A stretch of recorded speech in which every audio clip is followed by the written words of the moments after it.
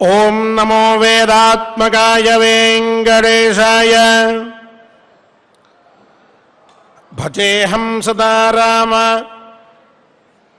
భజేహం సదా రామమిందీవరాభం భవారణ్యదావానలాభాభిధానం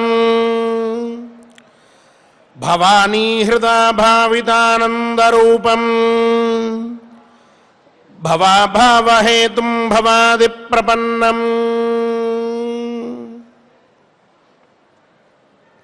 అఖిలాండకోటి బ్రహ్మాండ నాయకుడైన శ్రీనివాసస్వామి వారి అనుగ్రహంతో పుణ్యతీర్థ మహాత్మ్య పర్వని మనం సభక్తికంగా పారాయణ చేసుకుంటూ ఉన్నాం.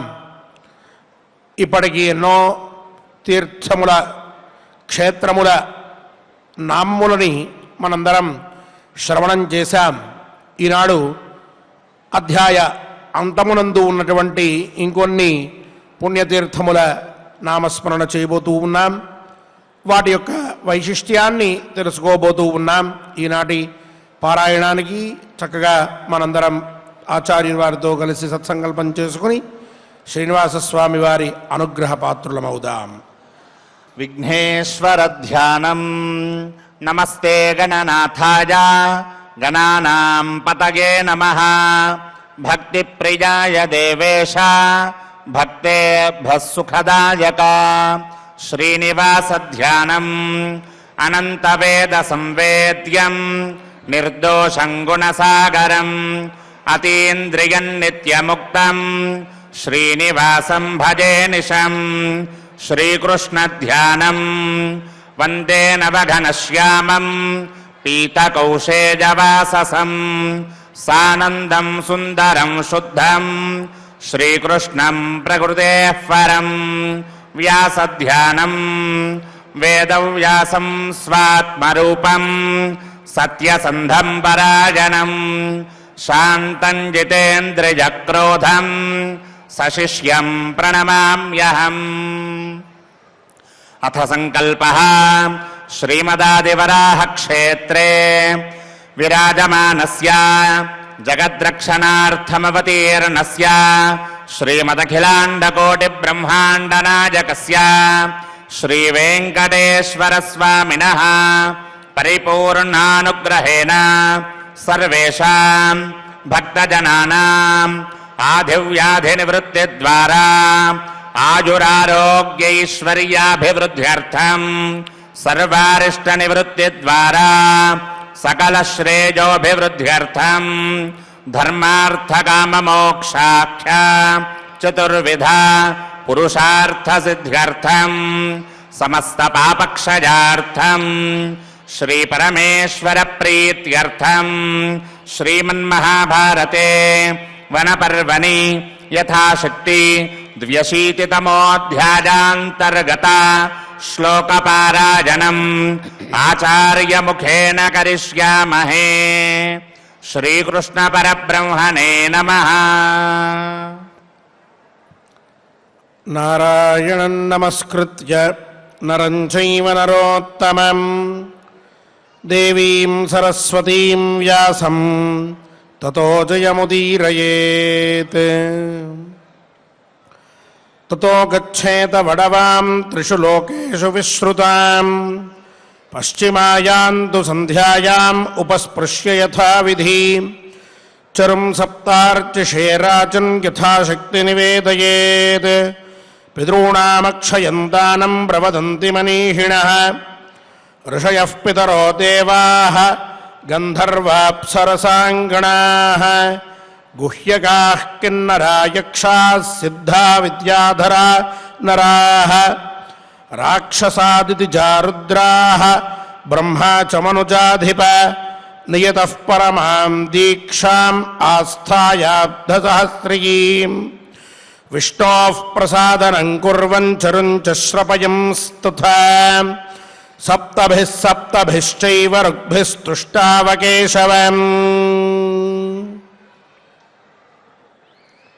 నిన్న కాశ్మీర దేశంలో నాగరాజు అయిన తక్షకుని నివాసం ఉన్నది. దాని పేరు వితస్తా తీర్థం అని అంటారు. అది అన్ని పాపాలని పోగొడుతుంది. అక్కడ స్నానదానాదులు చేస్తే వాజపేయ యాగ ఫలాన్ని మానవుడు పొందుతూ ఉన్నాడు అని చెప్పుకున్నాం. ఇక ఆ పైన ఆ వితస్తా తీర్థం నుంచి ప్రయాణాన్ని ఆరంభించి బడబా తీర్థానికి వెళ్ళాలి. ఇది చాలా పవిత్రమైన తీర్థం, చాలా విశిష్టమైనటువంటి తీర్థం.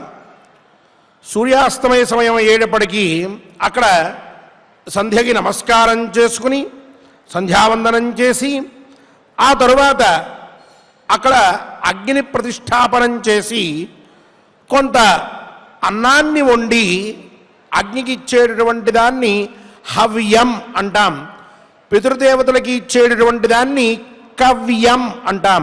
ఇది రెండింటి మధ్య ఉన్న భేదం. పితృదేవతలకేమో కవ్యం, అలాగే ఇతర దేవతలందరికీ కూడా ఇంద్రుడు, వరుణుడు, విష్ణువు, బ్రహ్మ, రుద్రుడు వీళ్ళకిచ్చేటటువంటి దాన్ని హవ్యం అని చెప్పి అంటూ ఉంటాం. అటువంటి హవ్యాన్ని అగ్నికి నివేదించారట. అలా నివేదనం చేసి అక్కడ పితృదేవతలకి ఏదైనా దానం చేద్దాం వారిని ఉద్దేశించి అని ఎవరికైనా దానం ఇస్తే అది అక్షయం అవుతుంది అని చెప్పారు. ఇక అక్కడ ఋషయ పితర దేవా, ఋషులు, పితృదేవతలు, దేవతలు, గంధర్వులు, అప్సరసలు, కుహ్యకులు, కిన్నరులు, యక్షులు, సిద్ధులు, విద్యాధరులు, నరులు, రాక్షసులు, దైత్యులు, రుద్రులు, బ్రహ్మ మొదలైనటువంటి వారందా ఆ బడబ తీర్థంలో కొన్ని వేల సంవత్సరాల పాటు వ్రతాన్ని స్వీకరించి ఆ వ్రతాన్ని కొన్ని వేల సంవత్సరాల పాటు దీక్షగా చేశారట. చేసి ఆ ప్రతినిత్యము కూడా వారు ఆ దీక్ష ఆచరిస్తూ ఉన్నప్పుడు శ్రీ మహావిష్ణువుని ఉద్దేశించి ఆయనకి హవ్యాన్ని సమర్పించారట. అలా సమర్పిస్తూ 7 ఋగ్వేద రుక్కులతోటి, ఋగ్వేదంలో ఉండేటటువంటి రుక్కులతో ఆహుతుల్ని వాళ్ళు సమర్పించారట. వేదముల చేత అర్చింపబడేటటువంటి స్వామి కదా ఆయన, అందుకనే ఆయనకి వేదోక్తమైనటువంటి మార్గంలో చక్కగా వాళ్ళు హవ్యాన్ని సమర్పించారట. అలా కేశవుణ్ణి అర్చించేటప్పటికీ దదావష్టగుణైశ్వర్యం తేషాం తుష్టస్తు కేశవః యథాభిలషితానన్యాన్ కామాన్ దత్వా మహీపతే తత్రైవాంతర్దధే దేవః విద్యుదభ్రేషు వై తత్ యథా నామ్నా సప్తచరుంతేన ఖ్యాతం లోకేషు భారత గవాం శతసహస్రేణ రాజసూయశతేన చ అశ్వమేధ సహస్రేణ శ్రేయాన్ సప్తార్చిషే చరుః తతో నివృత్తో రాజేంద్ర రుద్రం పదమథా విశేత్ అర్చయిత్వా మహాదేవం అశ్వమేధ ఫలం లభేత్ మణిమంతం సమాసాద్య బ్రహ్మచారీ సమాహితః ఏకరాత్రోషితో రాజన్ అగ్నిష్టోమ ఫలం లభేత్. ఇలా దేవతలు, మునులు, యక్షులు, కిన్నరులు, గంధర్వులు మొదలైన అందరూ కూడా కొన్ని వేల సంవత్సరాల పాటు దీక్షతోటి శ్రీ మహావిష్ణువుని అక్కడ అర్చించిన తరువాత ఆయన సంతుష్టుడై ప్రసన్నుడై వారికి తన యొక్క దర్శనాన్ని అనుగ్రహించారట. అనుగ్రహించి వాళ్ళందరికీ కూడా దదావష్టగుణైశ్వర్యం అంటే 8 రెట్లు ఎక్కువగా అణిమాద్యష్టశుద్ధులతో పాటుగా ఐశ్వర్యాన్ని అనుగ్రహించారట. అలాగే వారి వారి కోరికల్ని అనుసరించి వారికి వరాలన్నీ కూడా ఇచ్చి అక్కడే మనకి ఎలా అయితే మేఘంలో ఒక్కసారిగా విద్యుత్ కాంతి కనిపిస్తూ ఉంటుందో మెరుపు వచ్చినప్పుడు, తద్వతు ఒక్క క్షణంలో ఆయన అంతర్ధానమయ్యారట పరమాత్మ. అందుకనే ఆ బడబా క్షేత్రాన్ని అందరూ కూడా సప్తచరు తీర్థం అని చెప్పి అంటూ ఉంటారట. 7 రుక్కులతోటి అర్చించినటువంటి క్షేత్రం కదా, అందుకని 7 రుక్కులతోటి అన్నాన్ని హవ్యాన్ని స్వామికి సమర్పించారు కాబట్టి సప్త అంటే 7, చెరువు అంటే అన్నం, చెరువు అంటాను దాన్ని. సంస్కృత భాషలో చెరుం అని చెప్తూ ఉంటారు. అటువంటి చెరువుని ఇచ్చినటువంటి అన్నాన్ని ఇచ్చిన క్షేత్రం కాబట్టి సప్త చెరు తీర్థం అయ్యింది. అంతటి గొప్పదైన తీర్థంలో అగ్నికి ఎవరైనా అక్కడికి వెళ్ళి అగ్నికి సమర్పిస్తే కొంత అన్నాన్ని, అది 1,00,000 గోదానాలతో, 100 రాజసూయ యాగాలతో, 7 అశ్వమేధ యాగాలతో కూడా సరిపోలక ఇంకా అంతకంటే గొప్పదవుతూ ఉన్నదట. చాలా కళ్యాణాన్ని కలిగించేటటువంటి గొప్పదైనటువంటి పని అవుతుందిట. కొంత అన్నాన్ని అగ్నిలో చక్కగా మనశ్శుద్ధితో పరమాత్మని భావిస్తూ విశ్వాసంతో వేసినట్లయితే అక్కడి నుంచి ఇక సప్తచరు తీర్థం నుంచి నివృత్తుడై ఆ పైన రుద్రతీర్థానికి వెళ్ళి అక్కడ మహాదేవుణ్ణి పూజించాలట. రుద్రతీర్థం అంటే రుద్రుడు ఉండేటటువంటి అక్కడ క్షేత్రాధిష్టాన దేవత రుద్రుడు, ఆయన్ని అర్చించాలి. అక్కడ రుద్రార్చన చేస్తే అటువంటి వాడికి అశ్వమేధ ఫలం చేస్తే, అశ్వమేధ యాగం చేస్తే ఏ ఫలం వస్తుందో ఆ ఫలం కలుగుతూ ఉన్నది అని చెప్పారు. ఆ పైన బ్రహ్మచర్యాన్ని పాటిస్తూ ఏకాగ్రతతోటి మణిమంతం అనేటటువంటి తీర్థం ఉన్నదట. ఆ తీర్థానికి వెళ్ళాలి. వెళ్ళి అక్కడ ఒకరోజు నివాసం చేస్తే అశ్వమేధ యాగ ఫలాన్ని పొందుతూ ఉన్నాడు అని చెప్పారు. ఇక ఆ పైన పరమ పవిత్రమైనటువంటి క్షేత్రం గురించి చెప్తూ ఉన్నారు. అథ గచ్చేత రాజేంద్ర దేవికాం లోక విశ్రుతాం ప్రసూతిర్యత్ర విప్రాణాం శ్రూయతే భరదర్షభ త్రిశూలపాణే స్థానంచ త్రిషు లోకేషు విశ్రుతం దేవికాయాన్నరస్నాత్వ సమభ్యర్చ్య మహేశ్వరం యథాశక్తి చరుం తత్ర నివేద్య భరదర్షభ సర్వకామ సమృద్ధస్య యజ్ఞస్య లభతే ఫలం కామాఖ్యం తత్ర రుద్రస్య తీర్థం దేవ నిషేవితం తత్ర స్నాత్వా నరః క్షిప్రం సిద్ధిం ప్రాప్నోతి భారత యజనం యాచనం చైవ తథైవ బ్రహ్మవాలుకాం పుష్పాంభశ్చ ఉపస్పృశ్య నశోచేత్ మరణం గతః అర్ధయోజన విస్తార పంచయోజనమాయత ఏతావతీ వేదికాతు పుణ్యాదేవర్షి సేవిత. ఇక మణిమంత తీర్థం దగ్గర నుంచి ప్రయాణాన్ని ఆరంభించి లోకవిఖ్యాతిని పొందిన దేవికా తీర్థం అనే తీర్థానికి వెళ్ళాలట. ఏమిటండి ఈ దేవికా తీర్థం యొక్క గొప్పదనం అంటే, అక్కడ ఆ దేవికా తీర్థంలో మహాత్ములందరూ కూడా ఉద్భవించి ఉన్నారట ఒకప్పుడు. అందుకని దానికి ఇంకా పవిత్రత కలిగింది అని చెప్పారు. ఇక ఆ దేవికా తీర్థమే శివుడి యొక్క స్థానం అని కూడా చెప్తూ ఉంటారట. అందుకని అది ఇంకా ప్రసిద్ధిని పొంది ఉన్నదట. ఆ దేవికా తీర్థంలో స్నానం చేసి నీలకంఠుడికి హవ్యాన్ని సమర్పించినట్లయితే అన్ని కోరికలు తీర్చేటటువంటి యజ్ఞఫలం ఏదైతే ఉన్నదో, సామాన్యంగా యజ్ఞఫలం మనకి ప్రాప్తిస్తే సర్వ కోరికలు తీరుతాయి.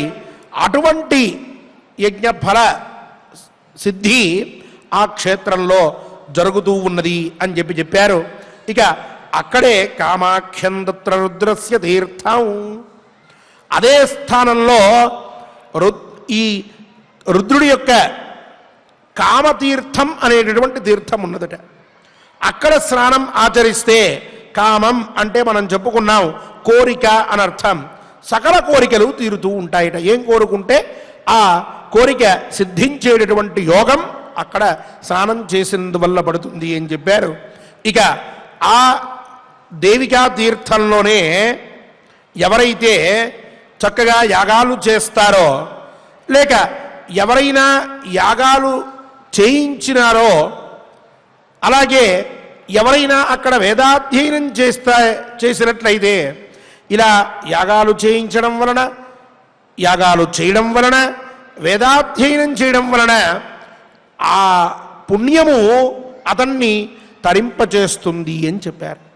ఇక మృత్యుశోకం ఉండదు. మరణ భయం, చనిపోతామనేటటువంటి బాధ ఇవేవీ లేనటువంటి వాడై అవుతాడు. అలాగే ఆ క్షేత్రంలో ఇసుకని, పుష్పాలని, నీళ్లని, వీటిల్లో దేన్నైనా సరే ఒక్కసారి ముట్టుకున్నా సరే అతనికి మృత్యువు ఎదురుగా వచ్చునుచున్నా భయం కలగదు, శోకం కలగదు. చక్కగా అతను ధైర్యవంతుడై మృత్యువుని జయించినటువంటి వాడై విరాజిల్లుతూ ఉంటాడు అని చెప్తూ అక్కడ అర్ధయోజన విస్తార, ఆ క్షేత్రంలో పంచయోజన పొడుగుతోటి అలాగే అరయోజన వెడల్పుతోటి ఒక పవిత్ర వేదిక ఉన్నదట. ఆ వేదిక దేవతలతోటి, మునులతోటి, అందరితోటి కూడా సేవింపబడుతూ ఉన్నదట. పవిత్రమైనటువంటి వేదిక కలిగిన క్షేత్రం. దేవతలందరూ అలాగే మహర్షులందరూ కూడా వచ్చి ఆ వేదికని అలంకరించి అక్కడ కొంతసేపు ఉండి వెళ్తూ ఉంటారట. అటువంటి పవిత్ర వేదిక కూడా ఆ క్షేత్రంలో ఉన్నది అని చెప్పారు. ఇక ఆ పైన తతో గచ్ఛేద ధర్మజ్ఞ దీర్ఘ సత్రం యథాక్రమం తత్ర బ్రహ్మాదయో దేవాః సిద్ధాశ్చ పరమర్షయః దీర్ఘసత్రముపాసంతే దీక్షిత నియతవ్రతాః గమనాదేవ రాజేంద్ర దీర్ఘసత్రమరిందమ రాజసూయాశ్వమేధాభ్యాం ఫలం ప్రాప్నోతి భారత తతో వినశనం గచ్ఛేత్ నియతో నియతాశనః గచ్చత్యంతర్హితాయత్ర మేరు పృష్ఠే సరస్వతి చమసేథ శివోద్భేదే నాగోద్భేదే చ దృశ్యతే స్నాత్వాదు చమసోద్భేదే అగ్నిష్టోమ ఫలం లభేత్ శివోద్భేదే నరస్నాత్వా గోసహస్ర ఫలం లభేత్ నాగోద్భేదే నరస్నాత్వా నాగలోకమవాప్నుయాత్ శశయానం చ రాజేంద్ర తీర్థమాసాద్య దుర్లభ శశరూప ప్రతిచ్ఛన్నాః పుష్కరాయత్న భారత సరస్వత్యాం మహారాజ అనుసంవత్సరం చ తే దృశ్యంతే భరతశ్రేష్ఠ వృత్తాం వైకార్తికీం సదా తత్ర స్నాత్వా నరవ్యాఘ్ర ద్యోతతే శశివత్సదా గోసహస్రఫలం చైవ ప్రాప్నుయాత్ భరతర్షభ. ఇక దేవికా తీర్థం నుంచి దీర్ఘసత్ర తీర్థానికి వెళ్ళాలి. ఎందుకు ఆ పేరు వచ్చింది దీర్ఘసత్ర తీర్థమని అంటే అక్కడ దేవతలు, ఋషులు అందరూ కూడా ఎన్నో సంవత్సరాల పాటు జరిగేటటువంటి దీర్ఘసత్ర యాగాన్ని అనుష్ఠానం చేశారు. అందుకని దీర్ఘసత్ర తీర్థం అని దానికి పేరు వచ్చింది. అక్కడ తత్ర బ్రహ్మాదయో దేవాః సిద్ధాశ్చ పరమర్షయః, దేవతలు అలాగే బ్రహ్మ, సిద్ధులు, ఋషులు అందరూ కూడా నియమాలతోటి దీక్షితులై సత్రయాగాన్ని అనుష్ఠానం చేస్తూ ఉన్నారట. అందుకని దానికి దీర్ఘసత్ర తీర్థమని పేరు.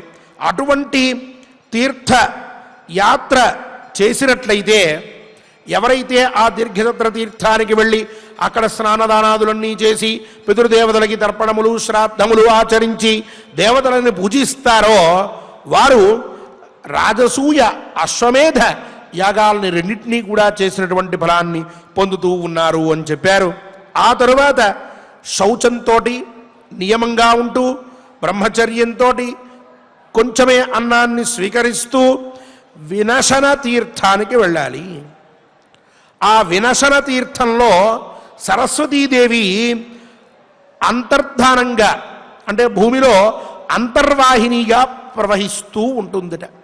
చాలా గొప్పదైనటువంటి క్షేత్రం.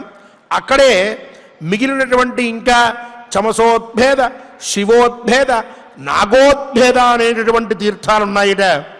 అక్కడికి వెళ్తే సరస్వతీదేవి అక్కడ కనిపిస్తుందిట, ఆ నది కనిపిస్తూ ఉంటుందిట.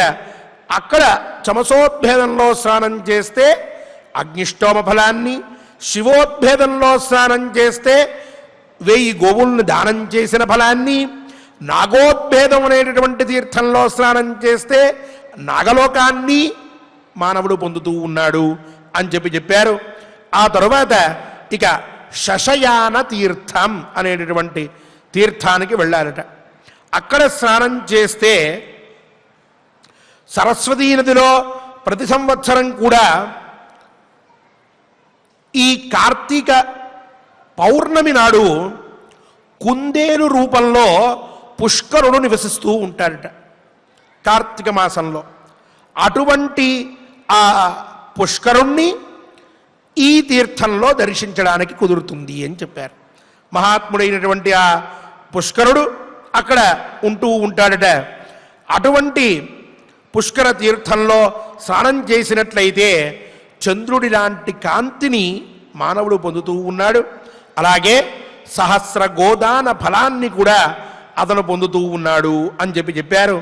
ఆ పైన కుమారకోటి మాసాద్య నియతః కురునందన తత్రాభిషేకం కుర్వీత పితృదేవార్చనే రతః గవాం అయుతమాప్నోతి కులం చైవ సముద్ధరేత్ తతో గచ్చేత్ ధర్మజ్ఞ రుద్రకోటిం సమాహితః పురా యత్ర మహారాజ మునికోటిః సమాగత హర్షేణ మహతావిష్టా రుద్ర దర్శనకాంక్షయా అహం పూర్వం ద్రక్ష్యామి వృషభధ్వజం ఏవం సంప్రస్థితా రాజన్ ఋషయః కిల భారత తతో యోగేశ్వరేణాపి యోగమాస్థాయ భూపతే తేషాం మన్యుప్రణాశార్థం ఋషీణాం భావితాత్మనాం సృష్టా కోటీతి రుద్రాణాం ఋషీణాం అగ్రతస్థిత మయా పూర్వదరం దృష్ట ఇతి మే మేనిరే పృథక్ తేషాం దుష్టో మహాదేవః మునీనాం భావితాత్మనాం భక్త్యా పరమయా రాజన్ వరం తేషాం ప్రతిష్టవాన్ అద్య ప్రభృతి యుష్మాకం ధర్మవృద్ధిర్భవిష్యతి తత్ర స్నాత్వా నరవ్యాఘ్ర రుద్రకోట్యాన్నరః శుచిః అశ్వమేధమవాప్నోతి కులం చైవ సముద్ధరేత్. ఇలా శశయాన తీర్థంలో పుష్కరుణ్ణి దర్శించి అక్కడ స్నానం చేసి ఆ పుణ్యాన్ని పొందిన తరువాత ఇక కోటి తీర్థం అనేటటువంటి తీర్థానికి చేరి అక్కడ స్నానం చేసి పితృదేవతల్ని దేవతల్ని కూడా భక్తితో అర్చించాలి అని చెప్పారు. కోటి తీర్థం అని ఆ తీర్థానికి పేరు ఎందుకు వచ్చింది అనంటే, ఇక్కడ పూర్వం మహర్షులు అందరూ కూడా 1,000,000 మంది అక్కడికి ఆ ప్రాంతానికి శివుణ్ణి సందర్శిద్దామని చెప్పి బయలుదేరి వెళ్ళారట. అక్కడ ఆ తీర్థం ఎంత గొప్పది అనంటే, ఒకసారి మానవుడు స్నానం చేసినట్లయితే 10,000 గోదానాల్ని చేసిన పుణ్యాన్ని పొందుతూ ఉన్నాడట. అంతేనా కాక ఇక గవాం అయుతమాప్నోతి కులం చైవ సముద్ధరే, తన వంశాన్ని కూడా ఉద్ధరించినటువంటి వాడు అవుతున్నాడు. కాబట్టి అక్కడ ఆ తీర్థానికి వెళ్ళి కొంతసేపు జపాన్ని ఆచరించిన, హోమాన్ని చేసిన, అక్కడ క్షేత్రాధిష్టాన దేవత అయిన రుద్రుణ్ణి దర్శించిన ఎంతో పుణ్యం. ఈ ఋషులందరూ కూడా అందుకోసమని అక్కడికి వెళ్ళారట.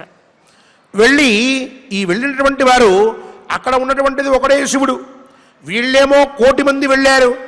వెళ్ళినటువంటి వాళ్ళందరూ కూడా అహం పూర్వం ద్రక్ష్యామి వృషభధ్వజం, వీళ్ళంతా పొలోమని వెళ్ళి నేను ముందు చూస్తానంటే నేను ముందు చూస్తాను, నేను మొట్టమొదటిగా శివుడి సందర్శనం చేసుకుంటాను అని చెప్పి ఒకరికి ఒకరు పోటీ పడుతూ ఉన్నారట. ఇక అలా ఆ ఋషులందరూ వచ్చి నేను ముందంటే నేను ముందని కోలాహలం చేస్తూ అక్కడే కొంత కోపాన్ని కూడా వాళ్ళు తెచ్చుకుంటూ ఉంటే వారిని శాంతింపజేయడం కోసం తేషాం మన్యు ప్రణాశార్థం, వారి యొక్క ఆవేశాన్ని ఉత్సాహాన్ని తగ్గించి వారికి శాంతి కలిగించడం కోసం అని చెప్పి 1,000,000 తీర్థములని అక్కడ శివుడు సృజింపజేశారట. ఒక్కొక్కరికి ఒక్కొక్క తీర్థం. అందుకని దానికి 1,000,000 తీర్థం అనేటటువంటి పేరు వచ్చింది. మయా పూర్వతరం దృష్ట ఇది తే మేనిరే పృథక్.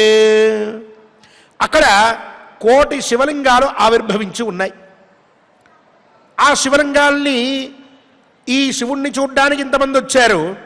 ఎవరి ముందు వారికి ఒక్కొక్క శివలింగం కనిపిస్తూ ఉన్నది.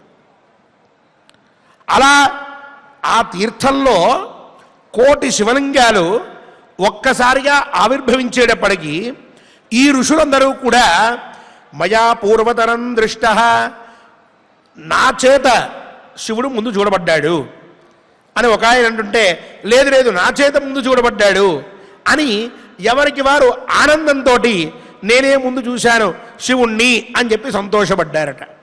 కోటి శివలింగములు ఏ తీర్థమునందు సాక్షాత్తుగా ఉమాపతి అయినటువంటి శంకరుని చేత సృష్టింపబడ్డాయో ఆ తీర్థానికి కోటి తీర్థం అనేటటువంటి పేరు సార్థకమైంది అని చెప్తూ ఇక శివుడు పరమభక్తితోటి తనని దర్శించడానికి వచ్చిన భక్తులైన మహర్షుల్ని అనుగ్రహిస్తూ, మహర్షుల్లారా అద్య ప్రభృతి యుష్మాకం ధర్మవృద్ధిర్భవిష్యతి, ఈ రోజు నుంచి మీ అందరి యొక్క ధర్మాచరణ పెరుగుతూ ఉంటుంది, మీరందరూ ఎన్నో ధర్మకార్యాలు ఆచరిస్తారు అని చెప్పి అనుగ్రహాన్ని ఇచ్చారట, వరాన్ని అనుగ్రహించారట.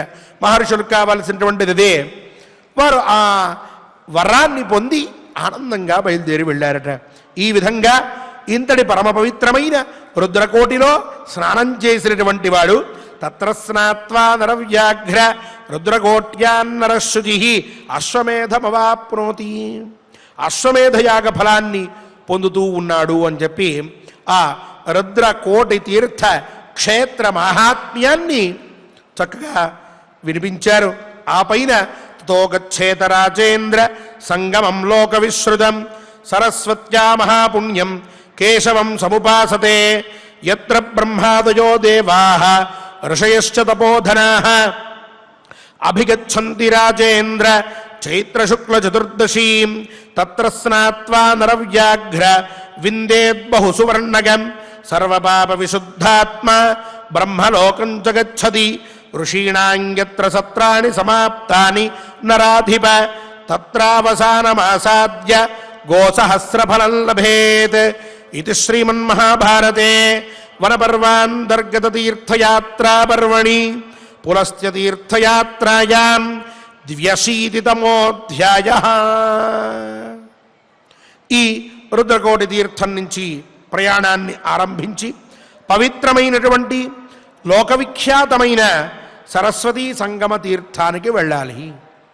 ఆ సరస్వతీ సంగమ తీర్థం ఏదైతే ఉన్నదో, సరస్వతీ నది వెళ్ళి కలిసేటటువంటి స్థానం, అక్కడ ఆ ప్రదేశంలో బ్రహ్మాది దేవతలు మహర్షులు అందరూ కూడా విష్ణువుని ఉపాసిస్తూ ఉంటారట.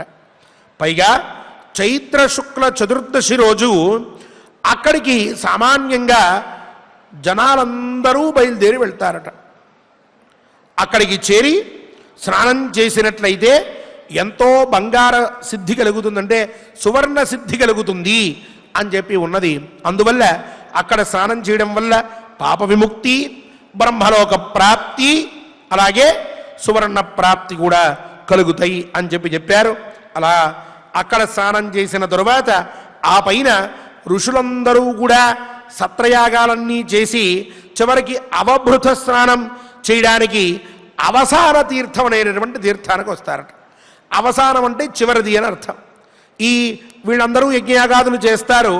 ఏ యాగానికైనా దేంతో పూర్తవుతుంది ఆ యాగం అంటే అవభృత స్నానంతో పూర్తవుతుంది.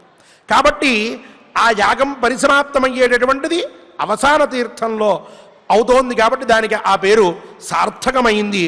అటువంటి అవసాన తీర్థానికి అంటే మహర్షులందరూ కొన్ని వేల సంవత్సరముల పాటు నియమముతోటి నిష్ఠతోటి ఎంతో పవిత్రతతోటి యజ్ఞయాగాదులన్నీ అనుష్ఠించి ఆ పైన ఆ యజ్ఞయాగములన్నీ కూడా చక్కగా పరిపూర్ణమవడం కోసమని చెప్పి స్నానం చేయడానికి ఏ తీర్థానికైతే వచ్చారో, ఏ తీర్థంలో అయితే వారందరూ స్నానాన్ని ఆచరించారో, అవసానం అనేటటువంటి ఆ తీర్థంలోకి వెళ్ళి తను స్నానం చేసినట్లయితే సహస్ర గోదాన ఫలాన్ని మానవుడు పొందుతూ ఉన్నారు అని చెప్పారు.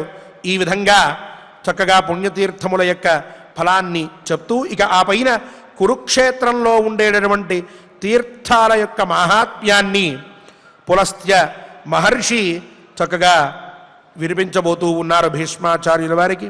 అవి రేపటి కథాశ్రవణంలో మనందరం కూడా విందాం. ఈనాటి పరమ పవిత్రమైన ఈ తీర్థక్షేత్రముల యొక్క నామములను విన్నంత మాత్రముననే పుణ్యాన్ని సంపాదించుకున్నటువంటి వారిమయ్యాం. మన యొక్క పాపరాశి దహించుకుపోతూ ఉన్నది.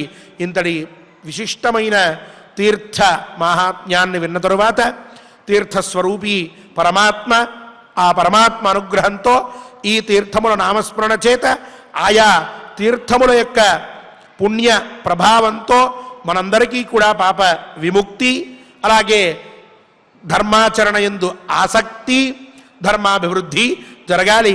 అందరం సుఖంగా సంతోషంగా ఉండాలి అని చెప్పి ఆ శ్రీవారిని కోరుకుందాం.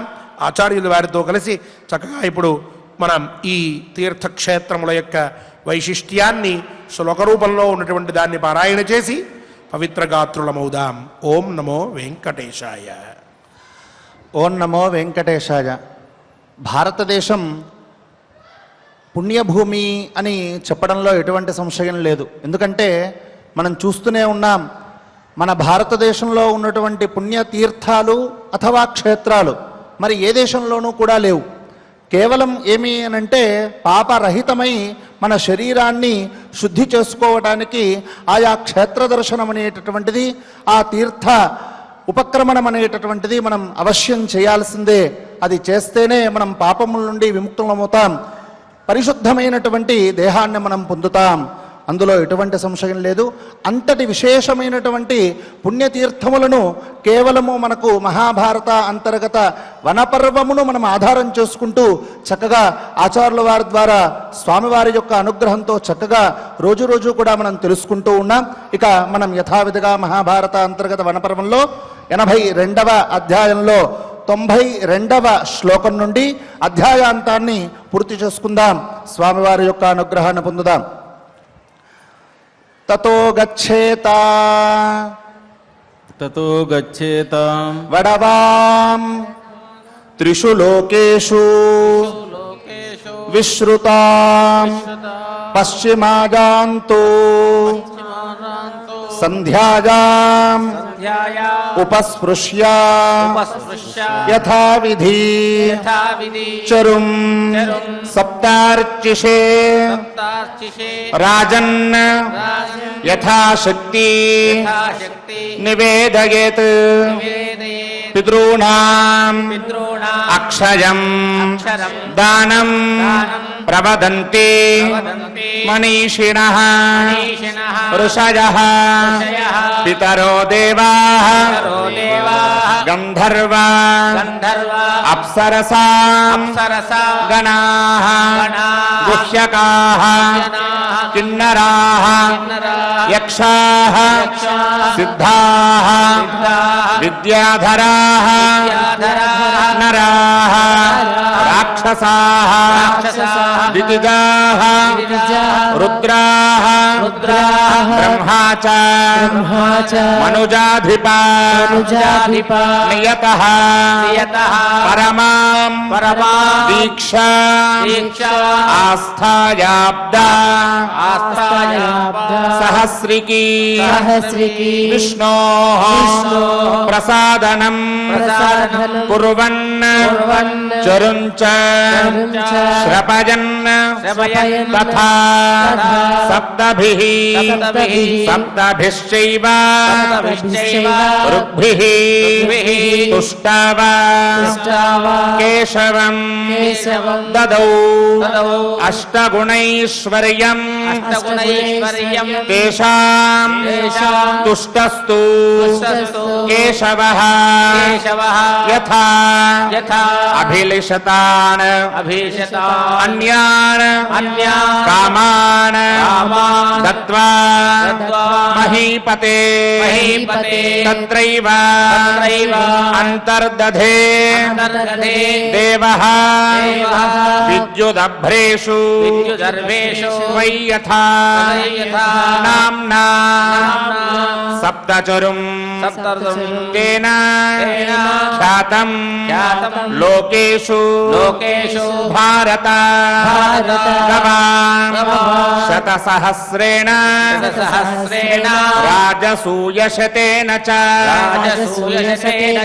అశ్వమేధ సహస్రేణ అశ్వమేధ సహస్రేణ శ్రేయాన్ శ్రేయాన్ సప్తార్చిషే సప్తార్చిషే చరుః చరుః తతః తతః నివృత్తః నివృత్తః రాజేంద్ర రాజేంద్ర రుద్రం రుద్రం పదం పదం అథావిషేత్ అథావిషేత్ అర్చయిత్వా అర్చయిత్వా మహాదేవం మహాదేవం అశ్వమేధ ఫలం అశ్వమేధ ఫలం లభేత్ లభేత్ మణిమంతం మణిమంతం సమాసాద్య సమాసాద్య బ్రహ్మచారీ బ్రహ్మచారీ సమాహితః సమాహితః ఏకరాత్ర ఏకరాత్రం ఉషితః ఉషితః రాజన్ రాజన్ అగ్నిష్టోమ ఫలం అగ్నిష్టోమ ఫలం లభేత్ లభేత్ అథ అథ గచ్చేత గచ్చేత రాజేంద్ర రాజేంద్ర దేవికాం దేవికాం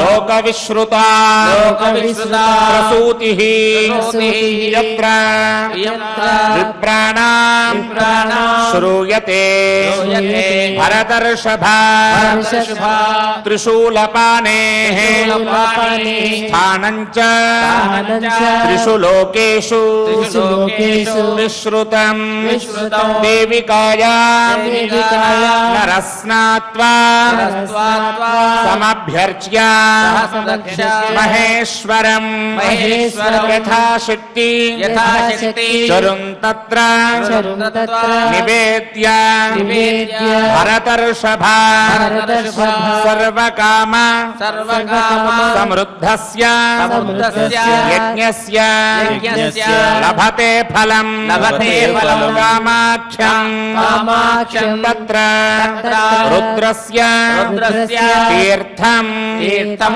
దేవనిషేవితం దేవనిషేవితం తత్ర స్నాత్వా తత్ర స్నాత్వా నరః నరః క్షిప్రం క్షిప్రం సిద్ధిం సిద్ధిం ప్రాప్నోతి ప్రాప్నోతి భారత భారత యజనం యజనం యాజనం చైవ యాజనం చైవ తథైవ తథైవ బ్రహ్మవాలుకాం బ్రహ్మవాలుకాం పుష్పాంభశ్చ పుష్పాంభశ్చ ఉపస్పృశ్య ఉపస్పృశ్య నశోచేత్ నశోచేత్ మరణం గతః మరణం గతః అర్ధయోజన విస్తార అర్ధయోజన విస్తార పంచయోజనమాయత పంచయోజనమాయత ఏతావతి ఏతావతి వేదికాతు వేదికాతు పుణ్యా పుణ్యా దేవర్షి సేవిత దేవర్షి సేవిత తతో గచ్చేత తతో గచ్చేత ధర్మజ్ఞ ధర్మజ్ఞ దీర్ఘసత్రం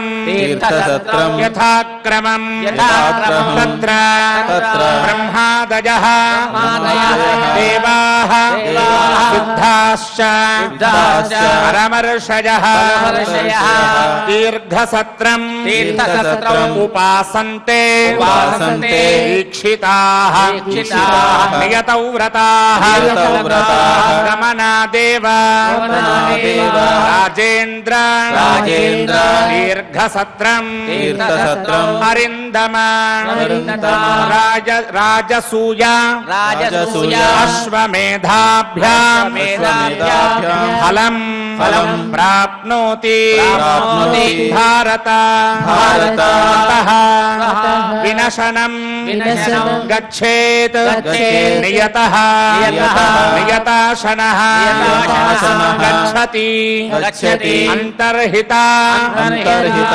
యత్ర యత్ర మేరుపృష్ఠే మేరుపృష్ఠే సరస్వతి సరస్వతి శమసేథ యమసేథ శివోద్భేదే శివోద్భేదే నాగోద్భేదే చ నాగోద్భేదే చ దృశ్యతే దృశ్యతే స్నాత్వా తు స్నాత్వా తు శమసోద్భేదే శమసోద్భేదే అగ్నిష్టోమ ఫలం అగ్నిష్టోమ ఫలం లభేత్ లభేత్ శివోద్భేదే శివోద్భేదే నరస్నాత్వా నరస్నాత్వా గోసహస్ర ఫలం గోసహస్రఫలం లభేత్ లభేత్ నాగోద్భేదే నాగోద్భేదే నరస్నాత్వా ఫలస్నాత్వా నాగలోకం నాగలోకం అవాప్నుయాత్ అవాప్నుయాత్ శశజానం చ శశజానం చ రాజేంద్ర రాజేంద్ర తీర్థమాసాద్య తీర్థమాసాద్య దుర్లభం దుర్లభం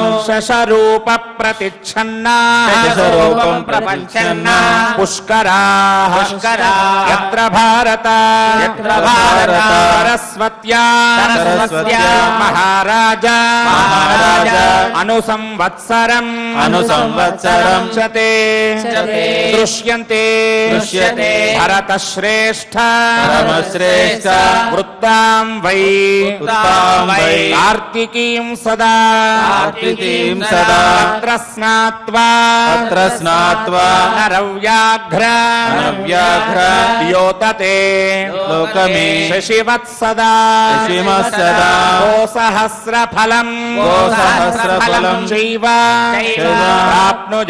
ప్రాప్నుయాత్ భరతర్షభ కుమారకోటిం ఆసాద్య నియతః గురునందన తత్రాభిషేకం కుర్వీత పితృదేవార్చనే రతః గవాం అయుతమాప్నోతి అనుగవాప్నోతి కులం చైవ సముద్ధరేత్ తతః గచ్ఛేత ధర్మజ్ఞ రుద్రకోటిం సమాహితః పురా యత్ర మహారాజా మునికోటిః సమాగతా ఋషేణ హతావిష్టా రుద్రదర్శన వాంక్షయా అహం పూర్వం ద్రక్ష్యామి వృషభధ్వజం ఏవం సంప్రస్థితాః రాజన్ ఋషయః కిల భారత తతః యోగేశ్వరేణాపి యోగమాస్థాయ భూపతే తేషాం మన్యుప్రణాశార్థం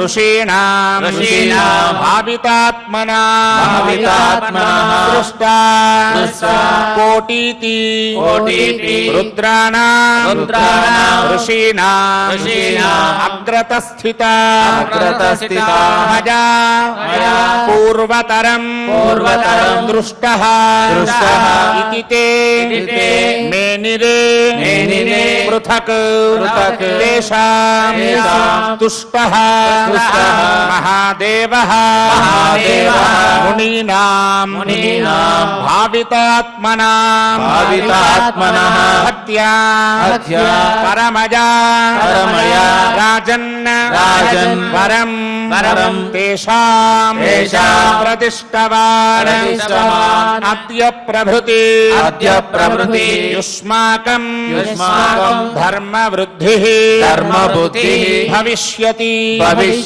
తత్ర స్నాత్వా నరవ్యాఘ్ర రుద్రకోట్యా పరశుచిః అశ్వమేధం అవాప్నోతి కులం చైవ సముద్ధరేత్ తతః గచ్ఛేత రాజేంద్ర సంగమం లోకవిశ్రుతం సరస్వత్యా మహాపుణ్యం కేశవం సముపాసతే యత్ర బ్రహ్మాదయః దేవాః ఋషయశ్చ తపోధనాః అభిగచ్చంతి రాజేంద్ర చైత్ర శుక్ల చతుర్దశీ తత్ర స్నాత్వా నరవ్యాఘ్ర విందేత్ బహుసువర్ణకం సర్వపాప విశుద్ధాత్మా బ్రహ్మలోకం చ బ్రహ్మలోకం చ గచ్చతి గచ్చతి ఋషీణాం యత్ర సత్రాణి సమాప్తాని నరాధిప తత్ర అవసానం ఆసాద్య గోసహస్రఫలం లభేత్ ఇతి శ్రీమన్మహాభారతే వనపర్వాంతర్గత తీర్థయాత్రా పర్వణి పులస్త్య తీర్థయాత్రాయాం 83తమోऽధ్యాయः ఓం నమో వెంకటేశాయ. శ్రీనివాసస్వామి వారి నామస్మరణ ఆనందంగా చేసుకునేటటువంటి సమయం ఆసన్నమైంది. కలవు సంకీర్త్య కేశవం అని కలియుగంలో స్వామిని కీర్తించినంత మాత్రముననే సకల బాధా నివృత్తి, సకల ఐశ్వర్య ప్రాప్తి కలుగుతాయి అని ఆర్యోక్తి. మనందరికీ కూడా అది అనుభవంలో ఉన్న విషయమే. ఈనాడు శ్రీ అన్నమాచార్య ప్రాయుడ్ కళాకారులందరితో కలిసి చక్కగా గోవింద నామ సంకీర్తనాన్ని మనందరం ఎంతో హృదయంగా ఆచరించుకుందాం. మనస్సున స్వామివారిని భావిస్తూ తిరుమల క్షేత్రంలో ఉన్నట్లుగానే అనుకుంటూ గోవింద దర్శనం జరుగుతున్నట్లు స్మరిస్తూ స్వామిని ప్రార్థిద్దాం. గోవింద గోవిందానని అనాథ నాథుడైన శ్రీనివాస స్వామి వారి అనుగ్రహాన్ని పొందుదాం. ఓం నమో వెంకటేశాయ. ఓం నమో వెంకటేశాయ. ఓం నమో వెంకటేశాయ. శేషాద్రిశిఖరరత్నం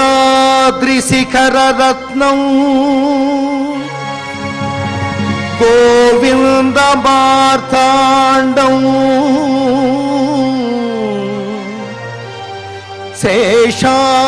శేషాద్రిశిఖరరత్నం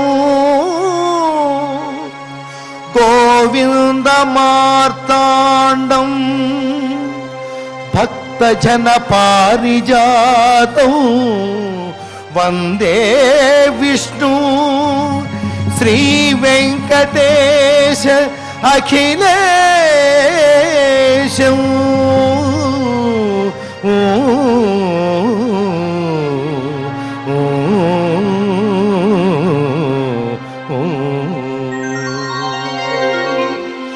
శ్రీ శ్రీనివాస గోవింద, శ్రీ వెంకటేశ గోవింద, భక్తవత్సల గోవింద, భాగవత ప్రియ గోవింద, నిత్య నిర్మల గోవింద, నిలమెగ శ్యామ గోవింద, పురాణ పురుష గోవింద, పుండరీకాక్ష గోవింద, నందనందన గోవింద, నవనీత చోర గోవింద, పశుపాలక శ్రీ గోవింద, పాప విమోచన గోవింద, దుష్ట సమార గోవింద, దురిత నివారణ గోవింద, శిష పరిపాలక గోవింద, కష్ట నివారణ గోవింద, గోవింద హరి గోవింద, గోకులనందన గోవింద, గోవింద హరి గోవింద, గోకులనందన గోవింద.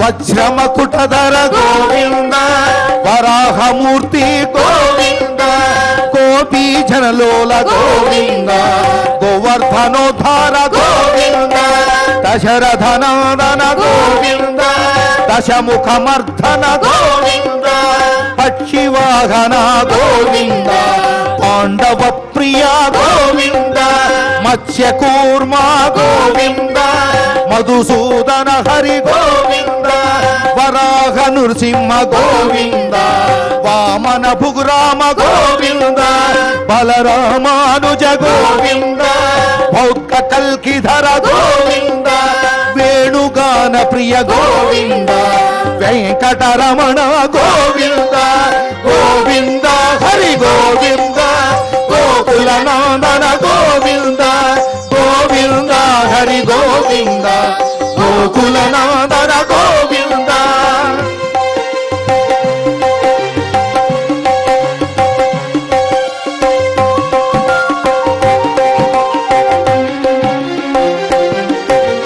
సీతానాయక గోవింద శ్రిత పరిపాలక గోవింద దరిద్ర జన పోషక గోవింద ధర్మ సంస్థాపక గోవింద అనాథ రక్షక గోవింద ఆపద్బాంధవ గోవింద శరణాగత వత్సల గోవింద కరుణా సాగర గోవింద కమలధలాక్ష గోవింద కామిత ఫలద గోవింద పాప వినాశక గోవింద పాహి మురారే గోవింద శ్రీముద్ధాంకిత గోవింద శ్రీవత్సాంకిత గోవింద ధరణీ నాయక గోవింద దినకర తేజ గోవింద గోవింద హరి గోవింద గోకుల నందన గోవింద గోవింద హరి గోవింద గోకుల నందన గోవింద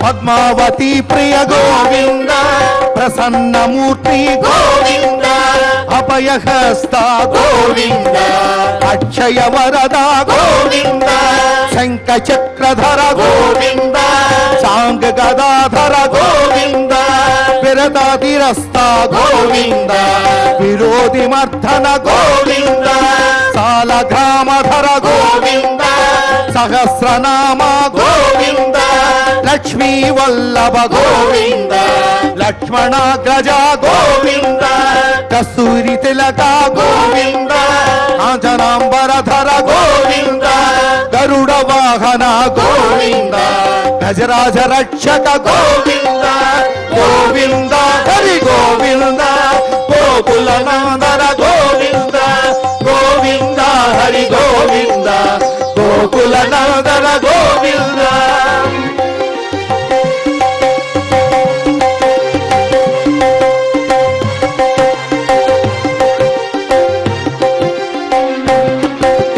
వానర సేవిత గోవింద వారధి బంధన గోవింద సప్తగిరీశ గోవింద ఏకస్వరూప గోవింద శ్రీరామకృష్ణ గోవింద రఘుకుల నందన గోవింద ప్రత్యక్ష దేవ గోవింద పరమదయాకర గోవింద వజ్ర కవచధర గోవింద వైజయంతిమాల గోవింద వడ్డి కసులవాడ గోవింద వసుదేవతనయ గోవింద బిల్వ ప్రతాక్షిత గోవింద భిక్షుక సంస్థుత గోవింద శ్రీ పుంరూప గోవింద శివకేశవమూర్తి గోవింద గోవింద హరి గోవింద గోకుల నందన గోవింద గోవింద హరి గోవింద గోకుల నందన గోవింద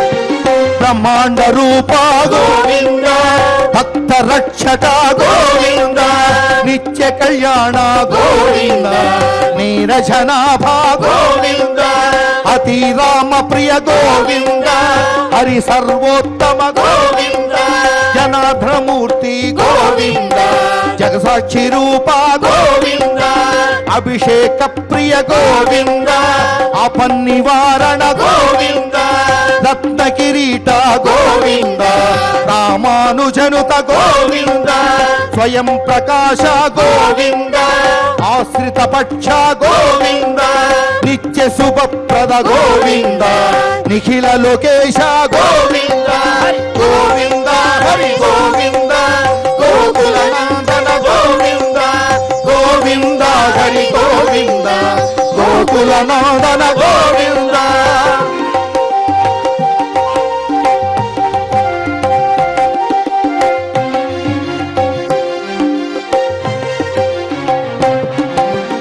ఆనంద రూప గోవింద ఆద్యంతరహిత గోవింద ఇహ పరదాయక గోవింద యువరాజ రక్షక గోవింద పరమ దయాళో గోవింద పద్మనాభ హరి గోవింద తిరుమల వాస గోవింద తులసీవనమాల గోవింద శేషశాయనే గోవింద శేషాద్రి నిలయ గోవింద మచ్చావతార గోవింద ఏడుకొండలవాడ గోవింద గోవింద హరి గోవింద గోకుల నందన గోవింద గోవింద హరి గోవింద గోకుల నందన గోవింద గోవింద హరి గోవింద గోకుల నందన గోవింద గోవింద హరి గోవింద గోకుల నందన గోవింద గోవింద హరి గోవింద గోకుల నందన గోవింద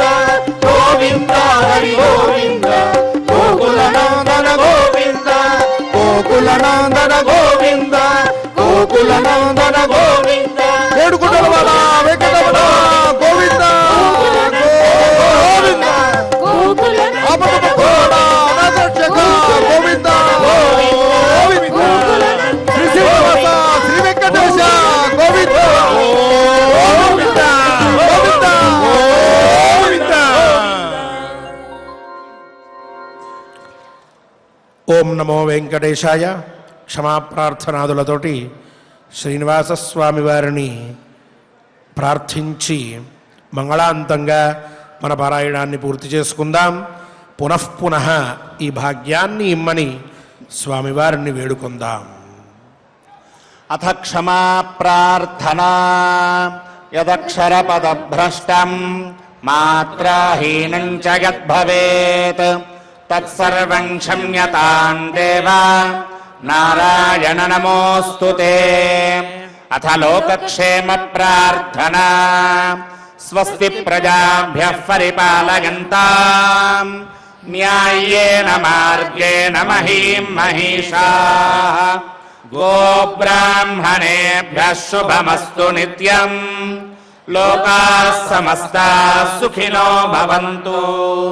అథ భగవత్సమర్పణం కాయేన వాచా మనసేంద్రియైర్వా బుద్ధ్యాత్మనా వా ప్రకృతే స్వభావాత్ కరోమి యద్యత్ సకలం పరస్మై నారాయణాయేతి సమర్పయామి. అథ మంగళం శ్రియః కాంతాయ కళ్యాణ నిధగే నిధగేర్ధినాం శ్రీవేంకట నివాసాయ శ్రీనివాసాయ మంగళం.